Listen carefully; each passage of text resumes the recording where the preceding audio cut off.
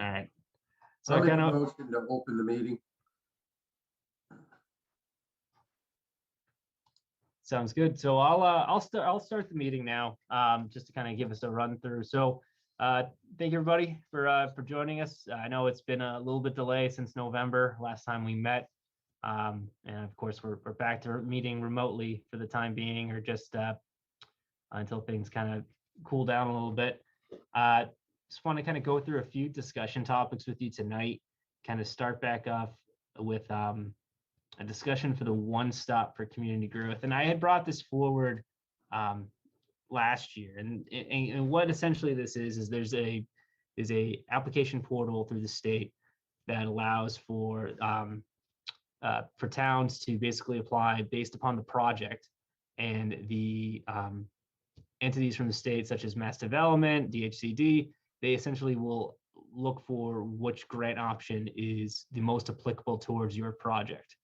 And why I want to bring that up with you all is because there was there's a project idea that I've been looking at, and that kind of applies with more obviously marketing purposes, and as well as a kind of inventory assessment of what we have.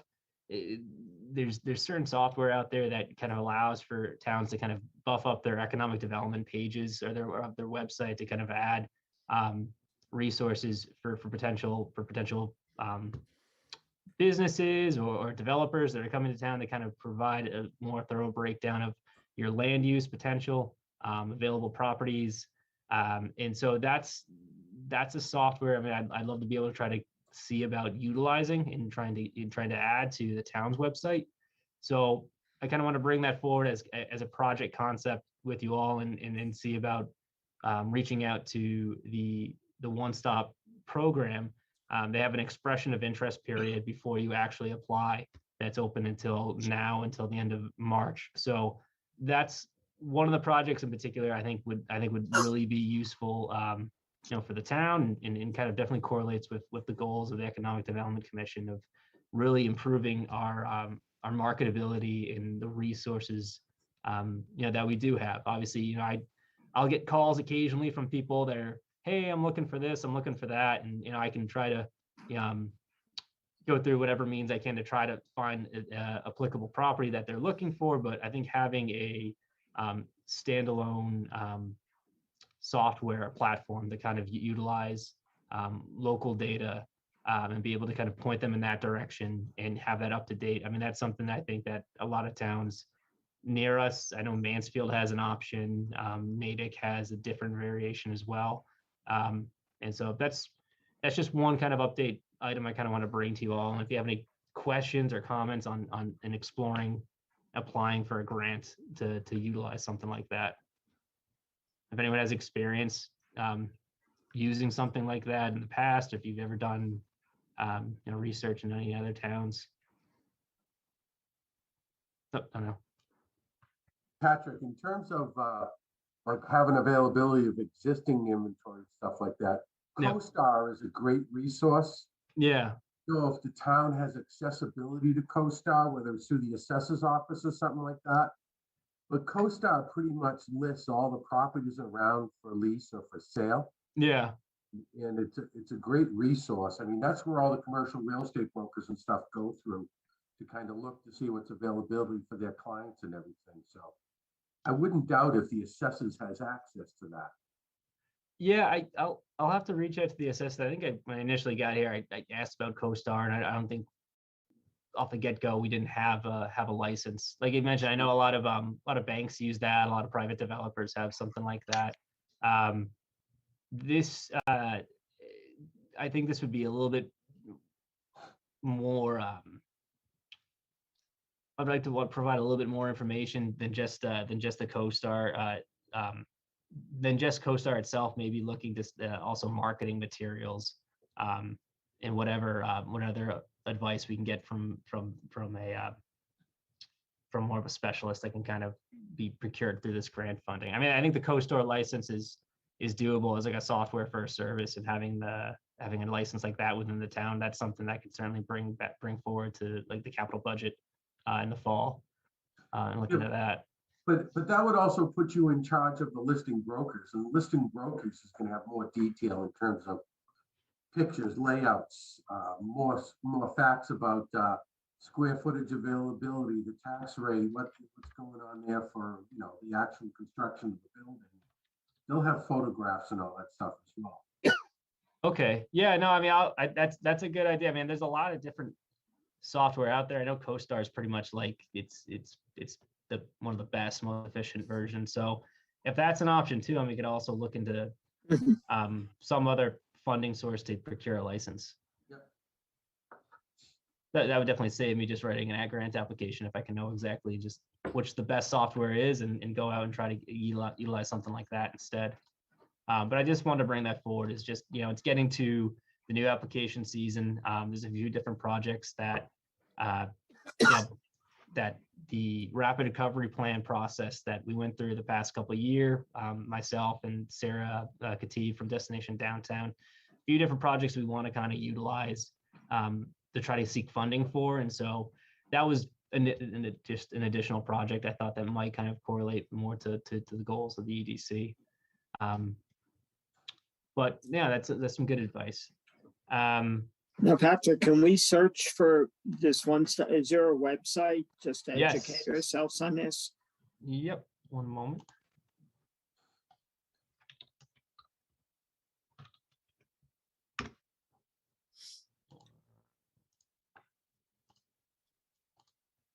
Yep. So I just want to pull it up right now on MassGov. So One Stop Community Growth. So this is the second year that the state has offered this platform, which, and I bring it up just because it's great. You know, having applied for stuff in the past, you know, you're always looking for different grant deadlines, and so by able to focus on one deadline and just focus on the project itself and apply for the project, it definitely, you know, it makes it a lot more of an efficient process. So there's a bunch of different programs, obviously through MassWorks, yeah, community choice grants, Mass Downtown Initiative, a lot of great programs that are kind of all in one location. And so this area right here is the expression of interest phase that's open. Expression of interest is basically before you apply, and if you have a concept or a project idea, you can receive guidance on whether or not any of the programs you have are applicable. So that's until March 18th. So a town has the option to kind of seek guidance on up to 5 projects. Some different projects are kind of self-explanatory. If you apply for some different grants in the past, you kind of know, hey, that's a MassWorks grant, that's a downtown initiative grant. I don't need to really seek guidance for it. I know what it is, but it's a great option to help move stuff along. So, and so they have a great listing of, where are we? Of similar projects that have applied through in the past. So, like this past year, obviously we applied for a project seeking sidewalk extension on Union Street, both for the purposes of, equity, providing safe means of pedestrian transit from, a dense location in East Walpole to Route 1. And so when we applied for that grant, I applied for it based upon the grant concepts, and they assigned a MassWorks grant to it. So that was just a great example of something that it kind of fit multiple categories, but they assumed it worked best as a MassWorks grant. So it was nice. Now, if there's any other questions about that, or if you have any kind of if you want to, just take a look at that site further, and if you're thinking of something that kind of fits the realm of economic development, feel free to just reach out to me. I mean, we're going off a few ideas mostly that came about through the rapid recovery process. I mean, there was a great listing of different action items and punch list items to kind of look into to try to utilize quickly. And so that's kind of the basis of my thought process going into the spring, is I want to try to implement projects from that document. But obviously, I'd love to hear if anyone has any ideas that are kind of a little bit outside of what we've previously looked at in this town or discussed. So it's a great tool to have, though. Now going back to the agenda, I kind of want to just move on to the next item. So this is an item, I just want to bring it to your attention. So housing choice MBTA community guidelines. And what that I'm essentially meaning by that is back in January of last year, the state had passed made some changes to Mass General Laws Chapter 40A with it was called Section 3A, and it was an amendment to that state legislation, basically to increase or make the requirements for bylaws seeking to allow multifamily more accessible. So usually it would be a 2/3 majority to make a zoning amendment change dealing with pretty much anything. The state passed these bylaws to basically make it a simple majority. It's a small provision to kind of help increase production of housing. And an additional element of that project was to provide a provision for communities that are designated as an MBTA community, or so whether or not you have a transit station, a bus line, or even what's called like an MBTA adjacent community, if you're a neighboring town to a community that has an MBTA station. One of the provisions there were essentially that you need to create a zoning district that allows for 15 dwelling units per acre of multifamily, as well as certain provisions that kind of only comply based upon your existing housing inventory. So what I mean by that is, so the town of Walpole has about 10,000 dwelling units, would classify as dwelling units. So there's a percentage of that we need to find an area where through zoning, theoretically, that new housing production could exist in that location. So hey, Pat, question for you. Yes. Do we see it? Will town meeting or the selectmen's offices or the planning board see a huge issue I don't understand why even a requirement for a number of units per acre, as long as you meet the setback requirements, the parking, the height, why is it that we need an actual set number of units per acre? Why not just whatever the setbacks are? Because this is the state's mandate. This isn't something that I designated. This is the guidelines that they've provided for us to look into. Oh, so we couldn't write our own zoning bylaw and have a simple majority. It has to be the state one. Well, no, I mean, what do you mean by that? We couldn't write our own bylaw that. Meaning if we change multifamily, that you don't need to have, the maximum is 15 units per acre. It could be whatever it is, as long as you meet the height requirements, the setbacks, the parking, and everything else. I'm still kind of having trouble to follow. In Walpole, don't we have our FAR with our multifamilies that you can only have so many units per the area of land below it? Yeah, so that we do have that's how we've designated right now. I guess the equivalent is finding the conversion between, and I think it's within the central business district, it's 3.5. Basically, your residential units can be 3.5 times the existing floor areas, are the first stories floor area. Business zone districts, it's 2 times the first floor area. Okay. And so, yeah, that's the way we've designated it. The guidelines that the state has provided right now are preliminary. So I guess what I'm getting at is that they initiated the zoning change back in January with the understanding that they provide guidelines to municipalities within a certain time frame. Those guidelines didn't come out until December 15th of 2021. So the guidelines themselves are kind of open to scrutiny right now. So I just kind of want to bring up the page of where it kind of goes over this. And so obviously how they classify an MBTA community is based upon, what sort of, whether you have a T-stop, you have a bus line, and then you even have MBTA adjacent. So we're actually classified under bus just because we have a 3040 bus line. For whatever reason, they've designated us as an MBTA community based upon bus. And what that kind of implicates is that, if you can see on my page right now, is the MBTA communities, cohort designations, and capacity calculations. So what we have is our 2020, the 2020 numbers for their housing units. And then we have the minimum multifamily district area unit capacity. So these are essentially what, if you were to clear everything, so say if we look at the central business district as the location where we would want to be designated for this use, if you were to clear everything and remove it, this would be hypothetically the unit capacity for that location. So it's not always realistic, but the zoning should be built out to show that it could reach that capacity. Is it a for- minimum capacity or just maximum capacity?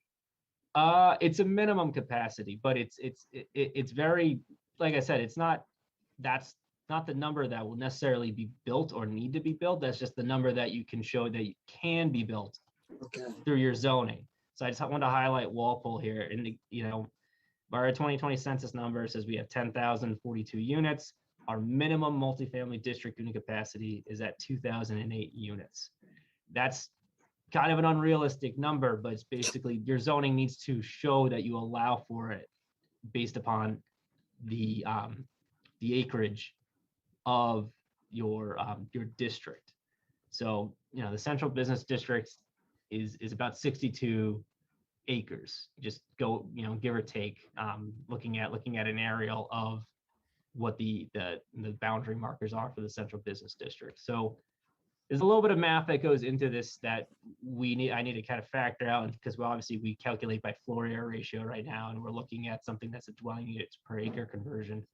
But I also kind of want to bring this up mostly for you all, because the location, it could obviously, we don't want to be a detriment to business. If we need to comply by the state's guidelines, we want to do something that obviously adheres to the character of Walpole. We want something that preserves, that business frontage zones that we have within our downtown, specifically Route 1A and 27.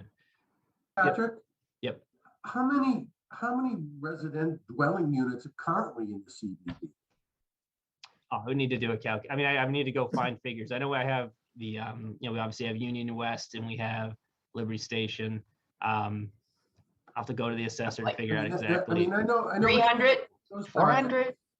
Yeah, it's over that, because we have a bunch of smaller buildings, obviously, that have residential above. Yeah. So at the most right now, I could see maybe there being, I don't know, if they're 125, there's 250, maybe there's another, maybe there's 350, maybe there's 400. This thing is going 5 times that size. We had enough people going crazy over the 2 developments that just came. Well, that's the thing, Donnell.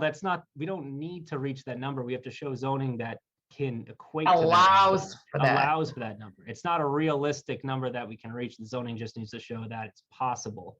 Some of that land is town owned. Some of that land is parking lots. It's just the way the zoning would need to be written. Yeah, I get that, but how does that encourage good development? Well, the requirement, the draft guidelines are what they are. They're a draft right now. So towns are basically taking now until March to provide feedback to the state, ask comments, questions. There's a nice frequently asked questions section. We're also in a position right now where the state, because of when they announced it, obviously towns are getting ready for town meeting and doing any sort of zoning change, if applicable too. That's the thing. We may actually comply with our existing zoning. We just need to confirm that based upon what the final guidelines are. But there's a provision right now that, if a town basically fills out, there's an online form to say, like, what your current zoning is. If you've discussed it with in an open hearing with the select board, you can be good for 2022. You don't have to make any changes within 2022 if you don't comply. If you do comply, and we find out that we do comply with our guidelines, or with what the final guidelines are for this state legislation, then we're good. That's the thing.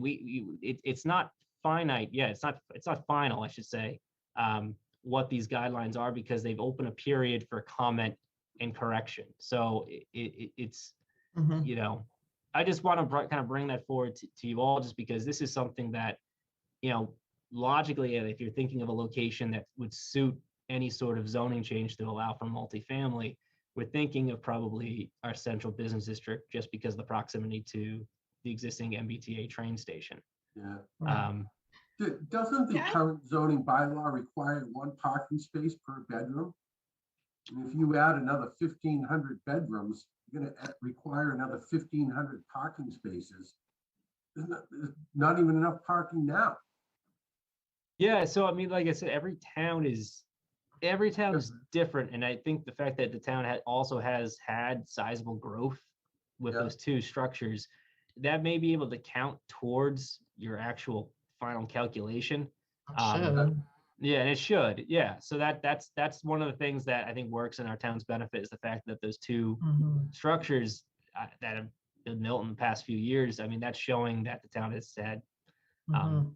very substantial growth within that location Yeah. for multifamily. It doesn't change I'd be height surprised. requirements, does it? No, so they don't mention height requirements within their guidelines. They mostly put the provisions in for like a location of reasonable size. That their kind of minimum currently is at 50 acres, basically a continuous section of 50 acres, which is I think we comply. I mean, I just based upon the rough calculations of what the central business district boundaries are, where we exceed 50 acres. So I'm not concerned so much about that. I think my only Why, comment, yeah. Patrick, why did you identify specifically the CBD? Are they saying it has to be an No, existing no. district? Oh, No, all right. it could be an area of existing zoning, but it has to be an area that is about a half mile from a transit station. And Which so coincidentally is if the we have a okay. transit, yeah. Again, that's Got it. just my initial kind of thought process with Okay. it is that if there's a location in town where we need to zone for increased density, it probably fits in that location. Mhm. Which I'm not sure if we even really need to do that yet. Like I said, Right. just because I don't want to don't want to scare any of you guys. I'm just saying this was just something that was recently introduced by by the state. Mhm. It's still getting Yeah. fleshed out.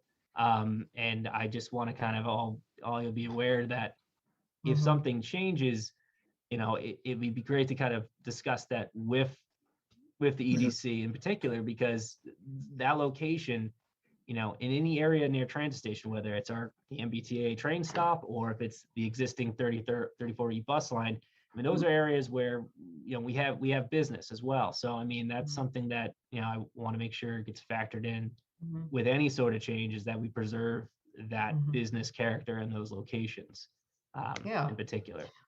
Why is it that we are a bus location as opposed to a commuter rail station? Why? I'm not sure why. I think they just indicate that it's majority bus. I think the fact that we do have a train stop. I don't know if they factored it in with ridership. The number of so they have subway or light rail as an option, and then bus. Most towns that have train stations are even included as bus. Huh. There is a commuter rail if you only have commuter rail. So like if you're in Attleboro or Bridgewater, obviously you don't have an MBTA bus line. And so they're just commuter rail. So bus is like a level above. Yeah, bus is a commuter rail, maybe. yeah, because we have MBTA bus line, we have obviously we have a closer, we're closer to Boston, and that's the thing with this too. This is based upon obviously the MBTA and access to an area of high commerce and jobs and opportunities. So that's why it's based upon that.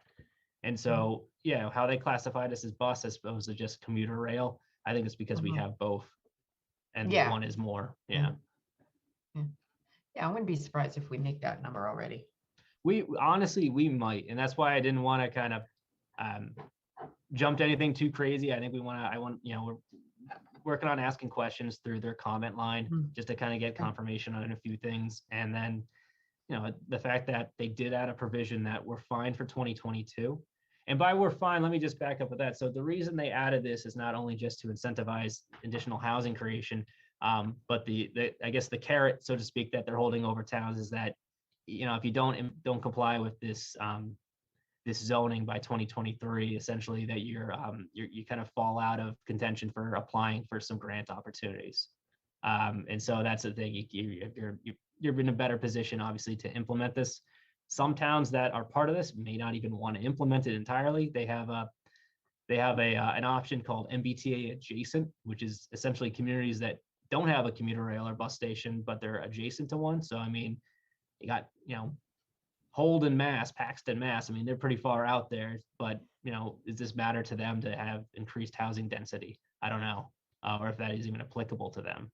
But obviously for us, we're in a location that's, that is much closer to Boston. And so it's an interesting dilemma.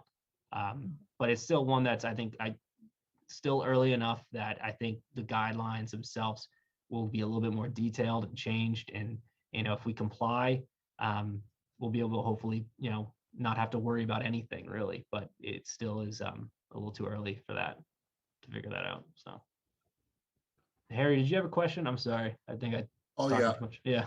I did, but you kind of answered it. All right. And unfortunately, I don't like the answer that you came back with. What was Which is that? again, the word comply, Yeah. being forced to do this, or you're not going to get funding. They're going to keep pushing this down our throats and keep using the fact that you're not going to get incentive money, you're not going to get grants, you're not going to get that. And people are going to get all worried and they're going to bend over and let this happen and turn Walpole into a city, which isn't Yeah. what the 2,000 is not that many units. It really isn't. And it's any increase in the residential is going to be a benefit for business, right? Especially if it's done well, right? If it Yeah. has business in the first floor, or it replaces some decrepit business, or you can enhance whatever we have. It's an opportunity. So I kind of agree with both of you in the sense that obviously I love to see redevelopment where it's good redevelopment. And the fact is with the zoning, when they give you that $2,000, that 2,000 number, that's literally if I cleared you took every building away from the downtown, you have to factor in Right. zoning that would build dwelling units to that. It's a build out number, and that build out number is always excessively high than the reality. Right. But to Harry, to your point, I had a trick meeting, which is basically it's a sub region. So it's like I met with the planners of Foxborough, Canton, Norwood, Norfolk, and we talked about this issue in one of our meetings. A lot of towns have been proactive, especially in this area in the past few years, and so it is kind of like, geez, I've done a lot already, and the state wants more, and it's kind of like do we comply already, or if am I going to have to go back to town meeting where I worked forever to get this big zoning change, and now I'm going to say, hey, sorry, the state says we're not good enough. I mean that is something that I know a lot of planners nearby are kind of scratching their heads at. Is like, what are these final guidelines going to be? Because a lot of people, especially in our region, have been pretty proactive in trying to incentivize. I think the key. When are we going to know how many you think that we can currently accommodate? I'm just going to try to find the actual date to give you. So on May 2nd is the date we need to provide the state with basically our almost like we're good for 2022. It's a very simple form to fill out to say that we've had the discussion. Here's what our existing zoning is. And we've had a meeting at the select board to basically go over what some of the requirements are. So that's due May 2nd. The final deadlines. So no, I just mean like you got to have something by May 2nd, but I'm really curious to know it can't take that long to just do a rough count. No, it won't. Yeah, that's the thing is like I can do that between now and then, but at the same time, I want to find out what the actual final guidelines are. And that's the thing is right now, there's still so until March 31st, there's still an opportunity for communities to kind of ask questions, make comments. And they're draft guidelines. And that's the one thing that they mentioned within this within the state's website is that this is what they put out to us as a first go. I would imagine it would change. I mean, maybe the area requirement changes, a density unit changes. So it is still a little bit early to kind of make any change or looking to change right now until we actually kind of figure out what is their final, what are the final guidelines for this. Okay. But So you'll know how many units we have, our Yeah, I can do- current capacity by like April 1st. I should know that. Yeah, I mean, the unit, I should know what we have existing before the end of the week if I talk to the assessor. I mean, that's not the problem. I think it's just Okay. figuring out, you know, how best we comply with their guidelines, and then seeking guidance Yeah. from them, from DHCD on basically like, here's our existing zoning. Here's how I think it complies with what you have. Can you offer us any guidance whether or not we've reached that already? And so that is also kind of a good opportunity to, you know, during this phase to kind of seek feedback from the state on our existing zoning. So, yeah, just wanted, I mean, that's, like I said, it's something to kind of, you know, the zoning, when they made the change last year, it was kind of like, you know, holding your breath, waiting out to figure out what happened. And of course they announced it a little bit before Christmas, which is typical. So, but that's something to kind of, you know, put on the back burner and think about for sure. Also on the agenda, I know we discussed a little bit before we got going today. I did want to kind of bring up with this board because I know we got two members that are on the master plan steering committee, and just kind of provide maybe with the board a little bit of update of where we are in that process. And obviously, you know, economic development is a section of the master plan update, and it's something that I think is obviously vital for any town to incentivize and to look into. You know, right now we are still pretty early on in that process. I mean, the town is, the steering committee has been doing what's called like visioning, and there's been a workshop, online survey. There's a platform called Miro, and which allows you to kind of interact and post comments on certain questions. And we're also working through a phase right now called like a meeting in a box. And basically it's another public participation tool to try to get people that, you know, couldn't come to the in-person public forum and maybe missed out on the online survey. And it's essentially just an at-home version of the community forum with those similar questions that we're asking. There's, you know, things such as like, you know, what's your favorite thing about the town? What's your least favorite thing? What is something you'd love to see improved? And so these are great. It's kind of a great opportunity just to kind of get a ton of data from residents based upon, you know, what they like, what they don't like, what they want to change. And that data helps our consultant and the steering committee, obviously, to add some. It basically helps formulate the action items. I mean, if something gets incentivized over something else, it helps to kind of provide a little bit more clarity on what the town values. If a good section of the population kind of, you know, answers one way on one thing, then we kind of know that, all right, that's something for the town to look at incentivizing. You know, if everyone says they love Adams Farm, all right, well, is Adams Farm, does it have an act? Is there something there to either help preserve that, to expand that, to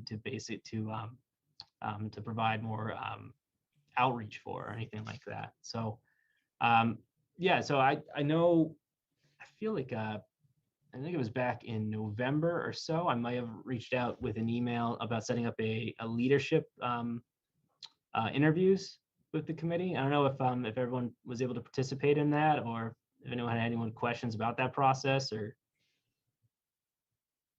I did it. It was good. okay, No, it's very good. Yeah, very good. Good. Yeah, likewise, Patrick. Ryan, yeah. So yeah, I mean, that was a great example of, you know, obviously the consultant, they can only know so much from the raw data we have. I think being able to talk to town leaders, talk to municipal staff and officials such as yourself. I mean, that was, you know, I'm glad, you know, some of you were able to participate in that with them, because I think that's, you know, it's huge for getting a better idea. Because I mean, obviously this is your town. This plan is vital for, you know, obviously, you know, planning out the growth for the next 10 to 20 years, and looking at sections to incentivize and kind of look to improve. So, you know, thank you for that. Meg or Donnell, I don't know if you have any comments from what you've seen, or Anything initial concerns or anything like that? No concerns. I'm just curious to see what information has been collected, and they put it all together. And I think the next meeting will be very interesting. Yeah. All right. So other than that, so I mean, like I mentioned, there is a, let me actually open up the page.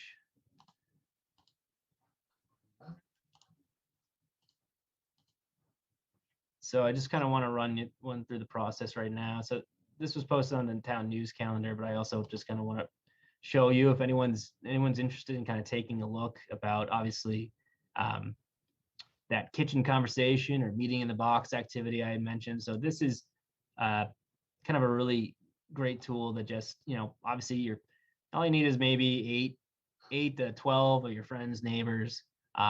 Very simple option of just, going through the process of asking those questions, recording the feedback, and then kind of incentivizing or voting on what would be the top items. So our consultant was great enough to kind of provide a good breakdown of how to run one of these meetings.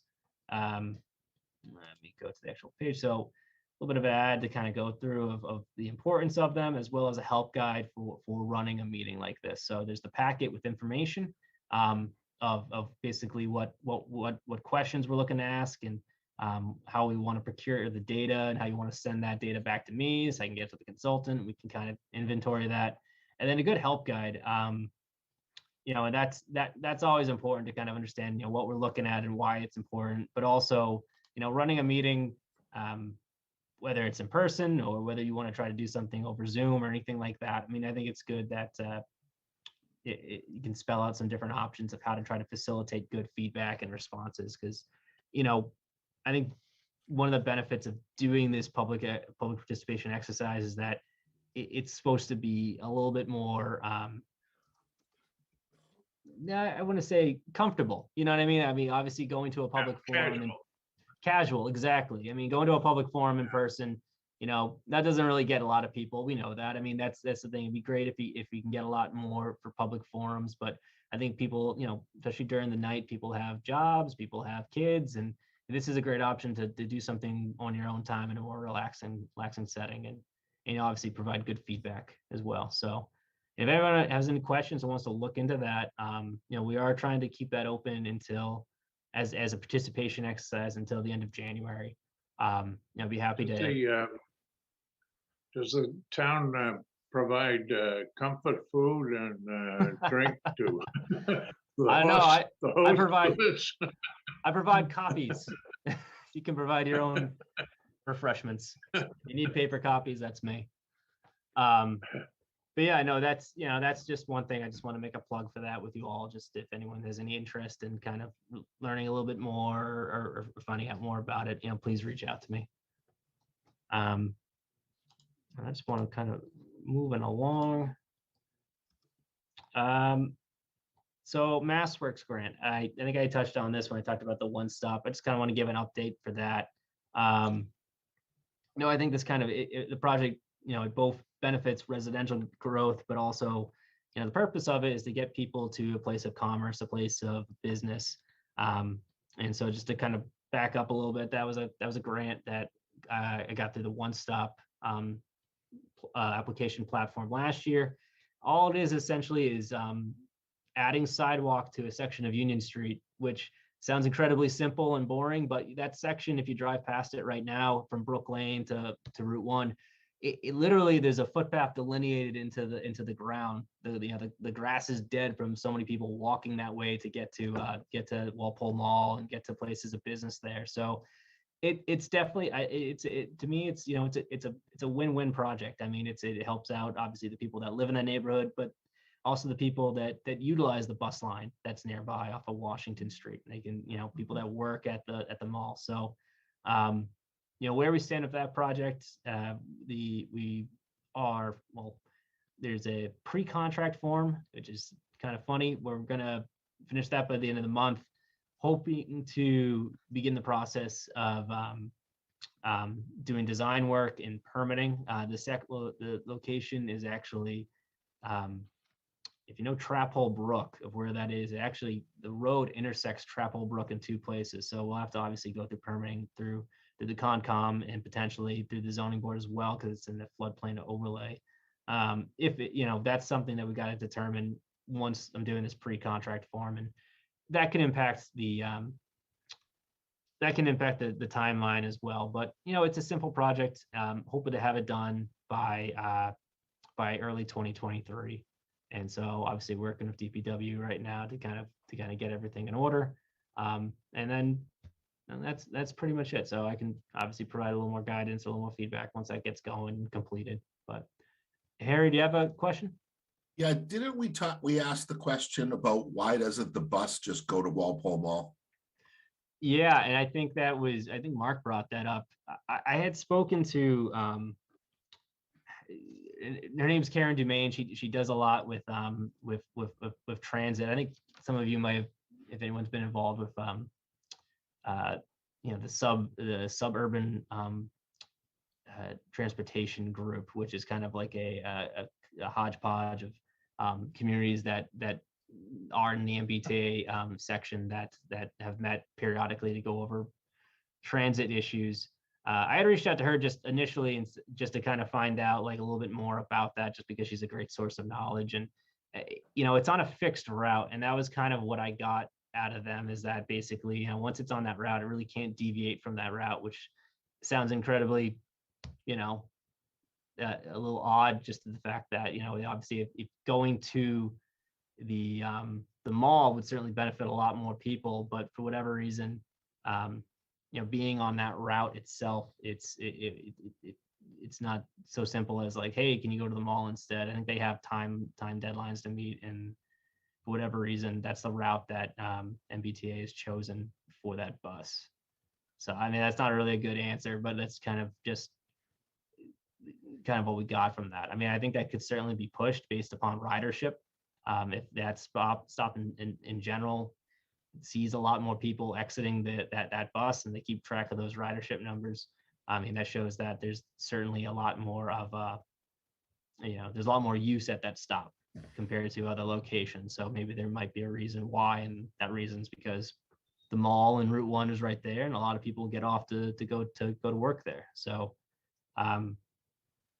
that's kind of what the answer is with that. It's just the fact that it's kind of on that fixed route right now. So there's not a really good answer, but yeah, I just wanted to know what the answer was. That's all. Yeah.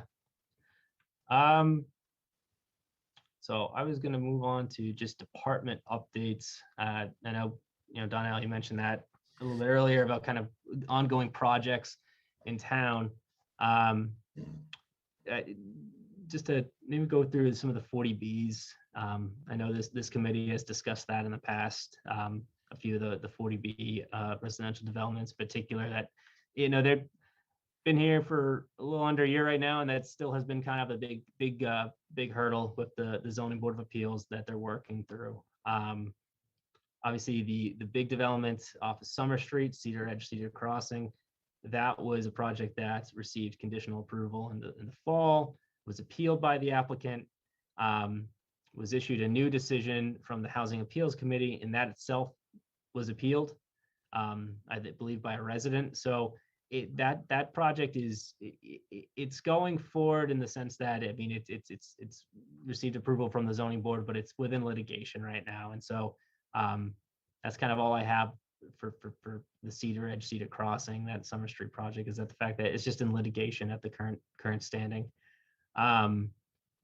Moose Hill condominiums, obviously there's that big Moose Hill apartment complex that exists from a few years ago. That was a 40B, I think, maybe 5 years ago now, but there was a smaller parcel before that received approval over the summer for 8 townhouse style units that received approval from the zoning board. So no building permits for that yet, but I'll obviously keep track of the building commissioner to find out when that project is moving forward on a building permit stage. There was the Dupuy Street 40B. That was originally a 12-unit townhouse development off of High Plain. If anyone knows where Dupuy Street is, off of High Plain, it's kind of heading closer towards close to Route 1. And so that was a project that was revised to an 8-unit single family, and ended up actually getting denied by the board. However, that project is still actually within litigation right now. So that project is still under appeal. There is also the Burns Ave project. So 48 Burns Ave. That was a project that received a comprehensive permit or approval back in January of 2020, and then was appealed by the applicant. We've gone through the stage right now where, initially the applicant wanted to revise that plan from a 32 townhouse units with 1 point of egress to now 40 units with 2 points of egress. So essentially what happened with that is that once it received its original comprehensive permit, it was appealed. It was determined that the changes that the applicant wanted were a major modification. They ended up getting remanded to the town from the Housing Appeals Committee. This is back in, I want to say, fall of 2020. That process didn't really go anywhere smoothly. Essentially, the board ended up denying one of the application because there was a refusal to pay peer review. That decision ended up going through the process with the Housing Appeals Committee, essentially in this past fall of 21, almost a year later, remanded it back to the board. And so now the board is in the process where we've opened a public hearing on the Burns Ave modification. And so we're reviewing the project again, basically picking up where the zoning board left off back in 2020, reviewing the Burns Ave 40B from 32 units to 40 units with 2 points of egress. So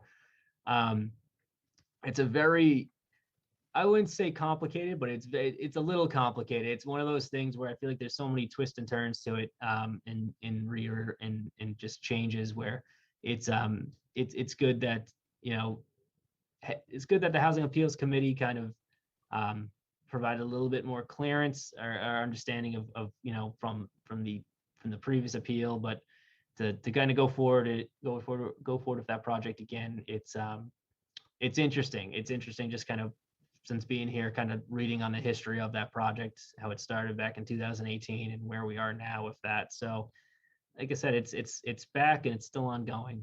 Ken, do you have?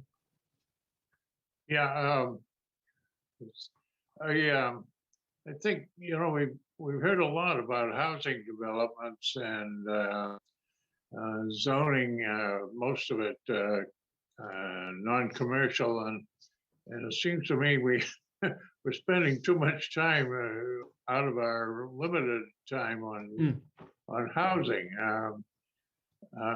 I'd like to know, for instance, how we attracted Albies to the mall and the urgency care people. How do we attract those? They just come in over the transom? Well, all these, I mean, I really don't have an example of us being the ones that really attracted them. I think that was a good job by the mall, reaching out and finding a good tenant like that. So the Aldi's project, everyone's familiar. So they took up one of the tenant spots over at Walpole Mall. That's a pretty good grocery store.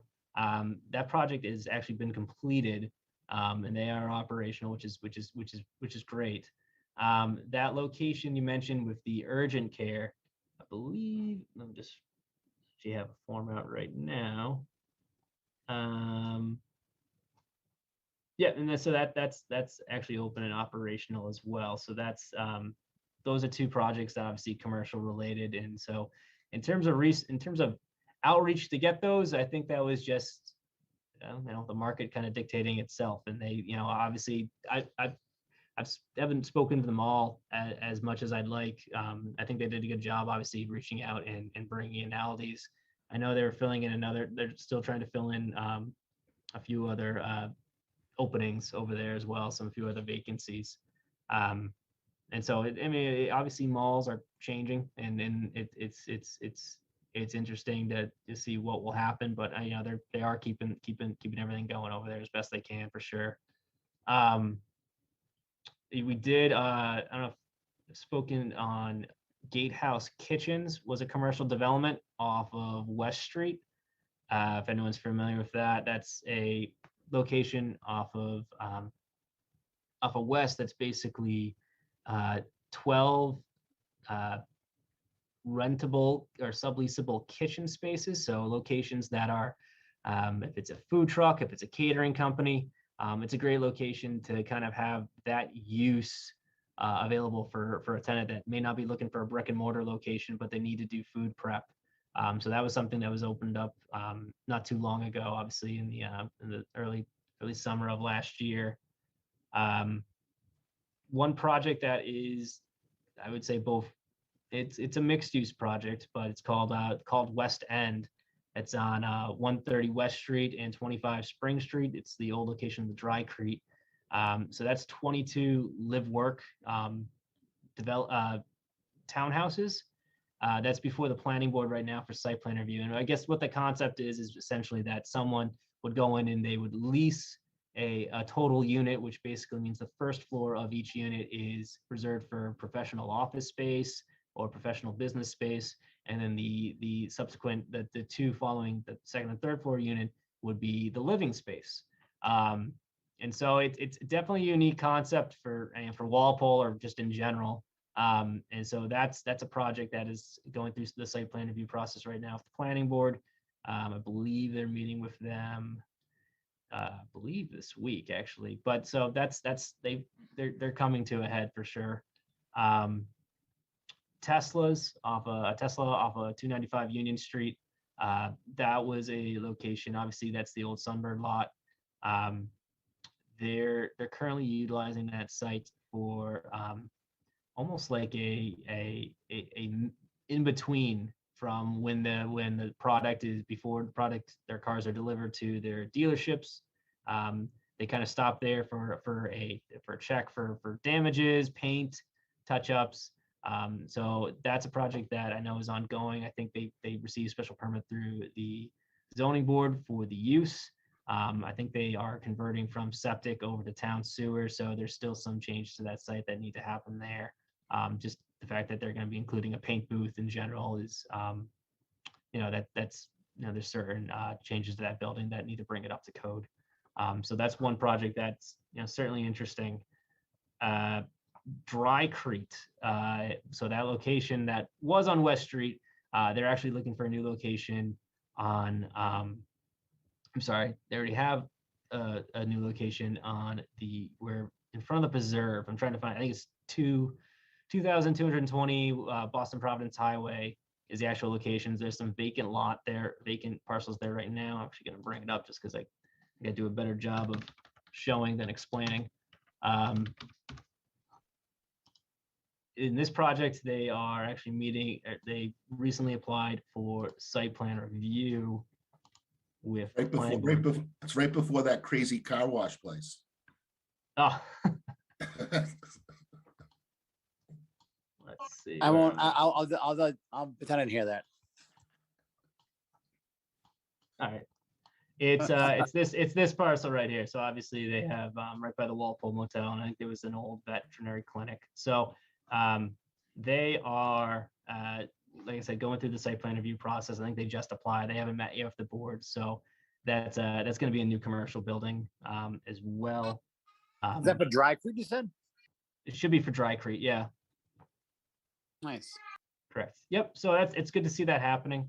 173 High Plains Street, which is on the corner of Washington and Route 27. If you go by there now, under the direct corner, there's that existing 3-story brick apartment building. But if you head down High Plains Street, there's an existing single-family home there now. That district, interestingly enough, the 3 parcels on that corner are actually zoned business. So that one of those parcels is applying for both a special permit through the zoning board for mixed use development, and then obviously applying through the planning board for site plan review. They're looking to construct a single story, a 3-story building with first floor commercial and residential above.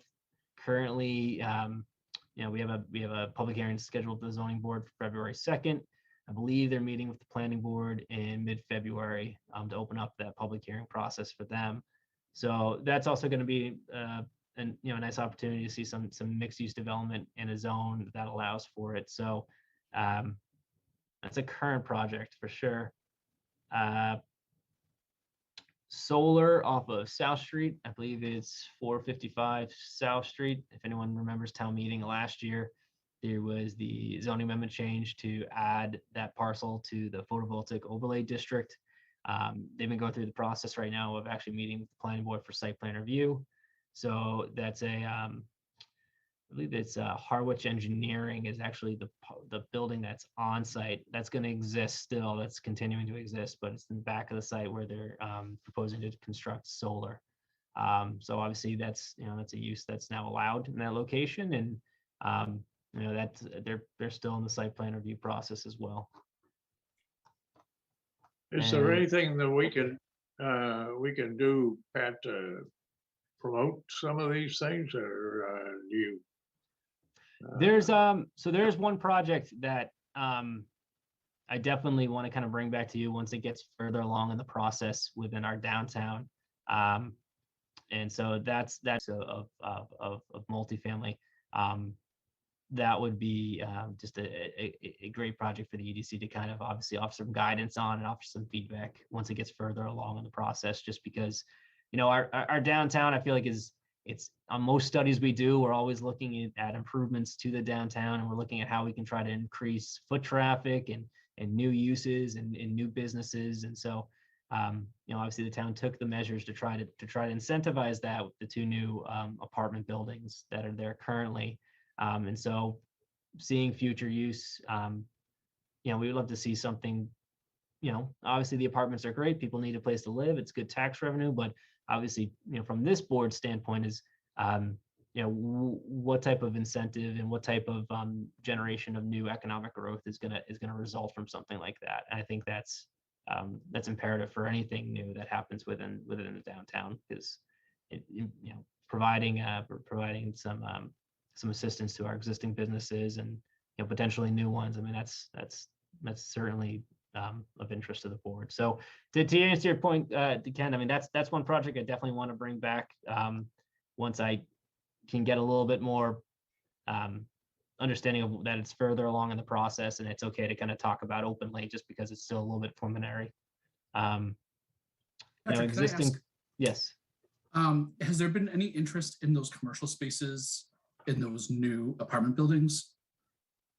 So I've had some businesses reach out about trying to find spaces in town. I usually try to direct them there first, especially if it's like a service industry, or if it's like a cafe or some sort of food service. I kind of like, hey, well, that's a good location. Yeah. I haven't heard anything. I haven't heard any movement. And it is kind of, I've spoken to a few people over there, especially at Liberty Station, and I know, they do have contacts that I can push forward to big people that reach out and are looking for commercial space. But currently, I haven't heard that they've filled anything yet. So it is still available. So unfortunately. But that's kind of really what we have right now. Obviously, a lot of it has been more geared towards residential development. Oh, I'm sorry. I do have one more. So 153 Production Road was a recently completed project over at in the industrial park. It's a 3-unit space. Last I checked with the building commissioner, I think they have leased out 2 of the spaces. One of the spaces is available. So that's some good growth that's happening over there. And obviously, if everyone is familiar with Rolls-Royce and their site over off Norfolk Street, so that project was completed, and they had the opening ceremony, I believe, trying to think, I want to say it was in the fall when they actually had the opening ceremony for that. So that's obviously a wonderful business that's been there for a while, and they opened up a 40,000 square foot expansion to their existing facility. If everyone's familiar, obviously the Rolls-Royce plant there builds propeller blades and likewise equipment for battleships, essentially, for the U.S. Navy. And I'm sure they have some additional contracts as well with within their repertoire. But so that's a great example of a project that I know our building department really helped them out on in terms of getting them through the process of getting that expansion project completed. So yeah, Brian. Yeah, just a question. I recently heard that Vero's shut down or closed, and I don't know all the facts, so I don't know what happened and how much is COVID. Can't find staff. Are they done for good? Just concerned for what I would argue probably might be the nicest restaurant in town, and now they're not there. Yeah, no, that's the first of me hearing about it, really. Is that something that you heard recently through the? Yeah, I think there might have been something posted on Facebook or social media, or we've heard a couple sources, but I don't know the facts. I don't know, so I didn't know if anybody on the call here had more information. Just concerned, disappointed to hear it if it's true. Which restaurant? Vero's. Sapporo Vera. Yeah. Yeah, I know that we Vera. tried to order from there, and we went to their website, and it was all spam. Oh, Heroes. Yeah, he's gone. So. Oh. Yeah, no, that's very disappointing to hear. You know, I know they applied the process the town has for outdoor seating, and I know they had that outdoor seating in the back of the building to try to, hopefully, keep up with COVID and have additional seating options. So that is sad to hear that. I'll follow up with the building department though too, just to kind of figure out what's going on there. They've, again, some of these things that until they become an actual reality, I'm not, it's just more kind of, what I've been kind of hearing about. And I know obviously there's a few locations off of in that CVS Plaza area where there's potentially a few different whether it's I think one's an ice cream shop, one's a bagel shop that I've been hearing about that might be on their way of going through the building permitting process. So those are two things that I think are, obviously preliminary. They don't really come through my office. I mean, they mostly would go through building. They don't have to go through typical permitting if it's going through an existing location and they're making no outdoor changes. They're just kind of setting up shop indoors. So I can definitely keep up with some of those smaller changes when they do happen. Yeah, Harry? Did I hear, is there a new head of the building department? There is. So Michael Yanovich, who was the building commissioner, he left. I believe he actually has his own business. So he actually left about a week ago to go forward with that venture. And so the Deputy Commissioner James Crawley, I don't know if anyone has dealt with Jim. Jim was appointed as the full-time building commissioner. So Is he the one with the Irish accent? he is the Irish guy. Okay. Yep. Yeah. He's a really nice guy.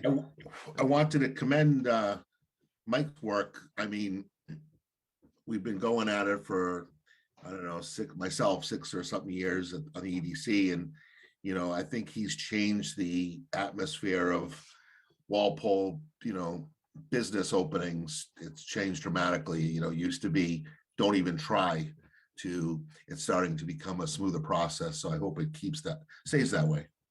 No, I hear you. I mean, that's something that, having spoken to Mike and Jim since the time I've been there, I mean, they've done a lot with pushing online permitting and really trying to, both those guys are just great grasp of both our local zoning as well as state zoning and knowing how to kind of move the process forward.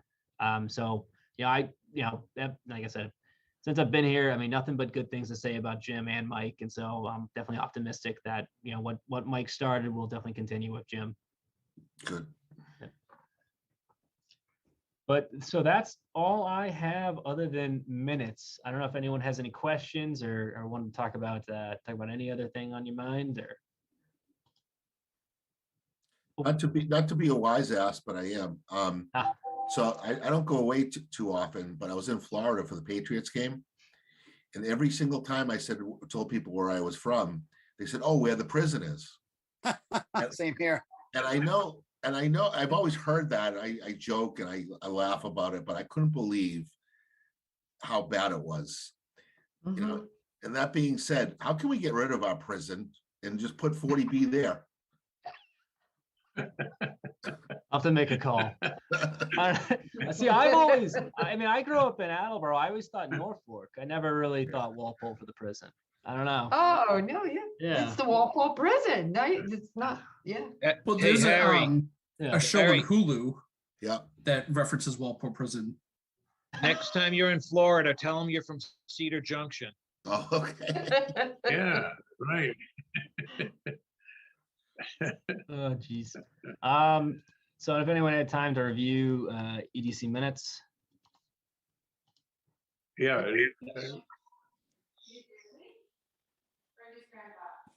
I move to approve the minutes okay. from November. Second, All right. All in favor? Oh, Aye. Aye. I'm gonna actually, abstain. I'm gonna abstain. all right. I'm abstaining. I'm abstaining as well. I wasn't there. Yeah, me either. So John, Danell, and who was the other one that abstained? Me, Beth. Oh, hi, Beth. Hello. Happy birthday. Oh, God, thank you so much. 25 or And by- 26? Yeah, 30. I thought it was 25, Beth, no? And by the way, I lived in California for 4 years and they knew where Walpole, Massachusetts was. Per Did the they also say the prison. prison? Yeah, oh, yeah. Well, for those of you who Cute. saw Ray Donovan, they promote Walpole State Prison in the show Ray Donovan. Do they really? Opening scene of the very first season, very first episode. Walpole, MA across the No screen. way. Yep. Ugh. All right. So without that, if anyone has a motion to adjourn. Move to adjourn. I'll second. Second. Okay. Thank you, All right. Patrick. All right. Thank you, everybody. Thank you all. guys. everyone. Aye. Bye. See you later.